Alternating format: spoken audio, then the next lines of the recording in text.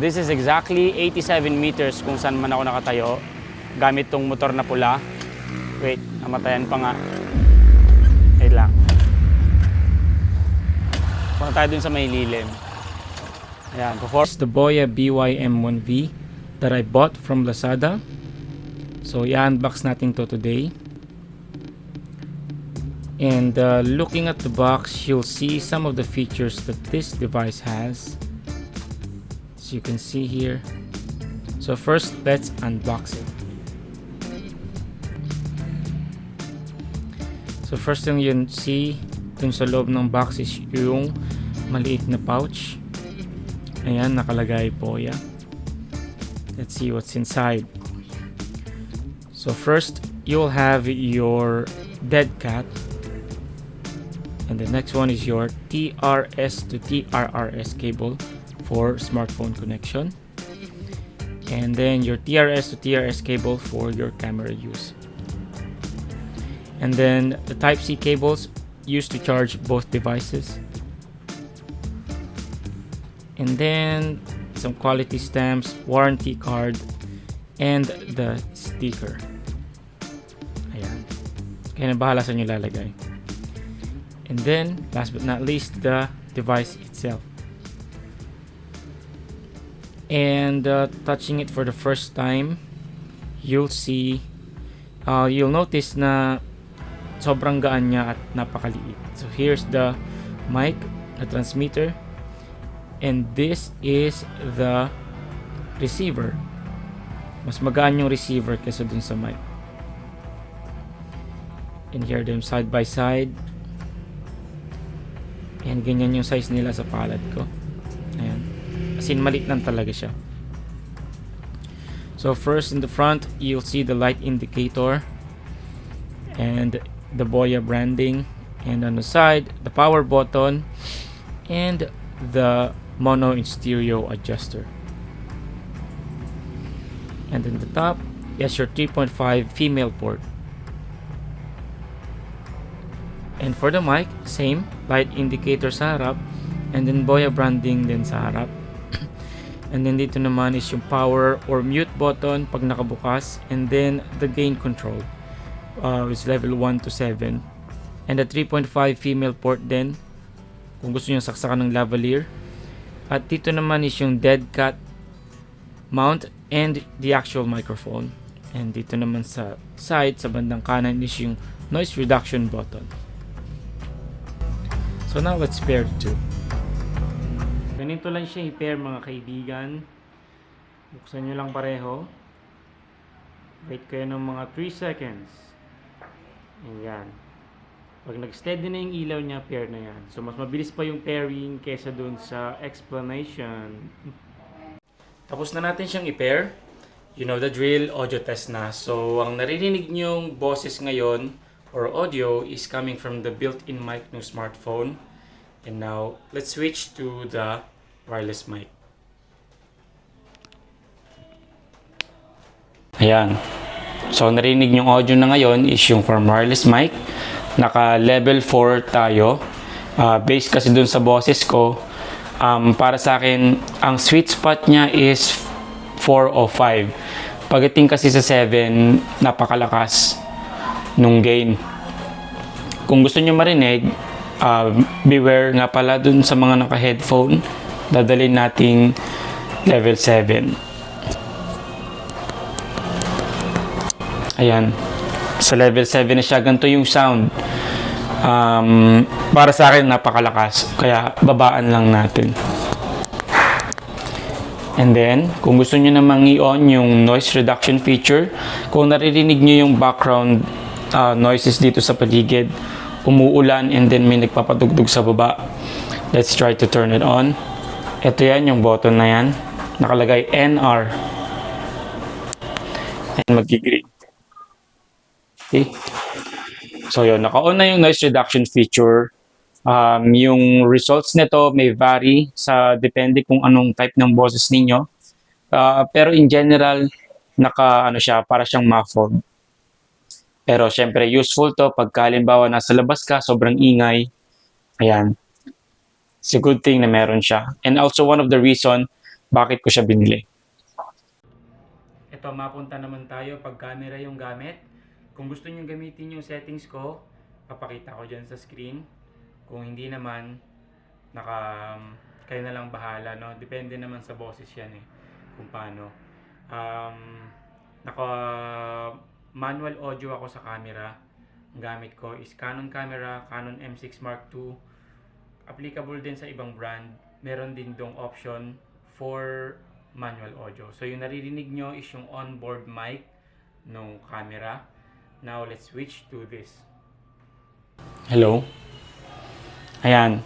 So sa madaling sabi, nakakabit na siya doon. At naka negative 6 dB ako dito sa camera. At dito naman level 4. Pag nakita nyo sa audio bar, kulay dilaw, umaabot siya ng kulay dilaw pero hindi siya nagpipik ng kulay pula. So that's a good thing. Kung kaya lang sana hanggang green. So ito level 4 lang.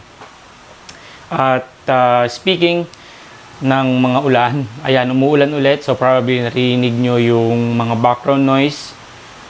And let's turn on the noise reduction feature. And then again, yung button na nasa gilid na may nakalagay na NR. Ayan. Naka-green na ba? So, yan. So, ito yung tunog pag naka-NR using the camera. I can see the level still hitting the yellow bars, but I don't think na ganun siya kalakas or medyo napahina na yung mga background noises like yung nagpapatugtog sa baba or yung sa ulan sa paligid natin.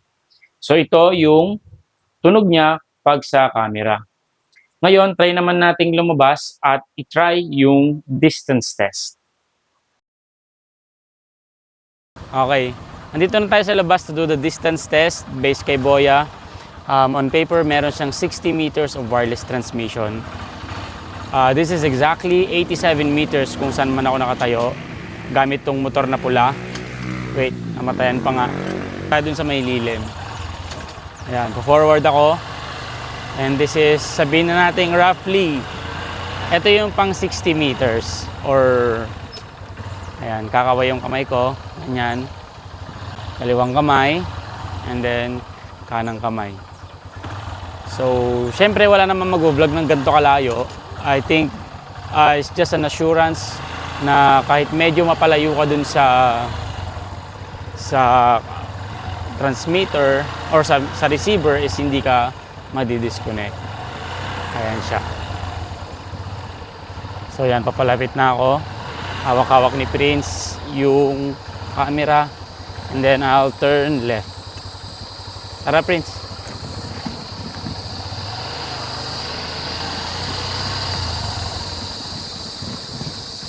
Dito na ulit tayo sa loob and change outfit tapos naligo kasi mainit. At pag-usapan naman natin yung battery life. So when it comes to battery life, hindi ko pa talaga siya na stress test na buong 6 hours. Kasi based sa box, no? Based kay Boya, meron siyang 6 hours of battery life, which is hindi ko na test. Pero sa 3 linggo't kalahati, first time pa lang siyang nalobat. I mean, ginamit to pang TikTok nila mama, ginamit ko din sa mga pang video-video dun sa bahay namin. Well, para sa akin matagal naman. At napansin ko, unang nalobat yung mic. Though, sa pag-charge naman, mas una siyang napupuno and matagal napupuno yung receiver. Pagdating pala dun sa charging, all in all, 1 hour 40 minutes yung charging time nilang dalawa. Mas mabilis lang ng konti itong mic. And mga after 2 hours, tsaka nalobat yung receiver, dun ko palang chinarge. Kasi nung nalobat to, sabi ko hindi ko muna patayin to. Tingnan ko kung kailan malalobat. So yun, after 2 hours, dun siya nalobat. Make sure na ang gagamitin nyo is mahinang charger lang. Yung, tingnan nyo yung ganito ng charger nyo, yung dulo.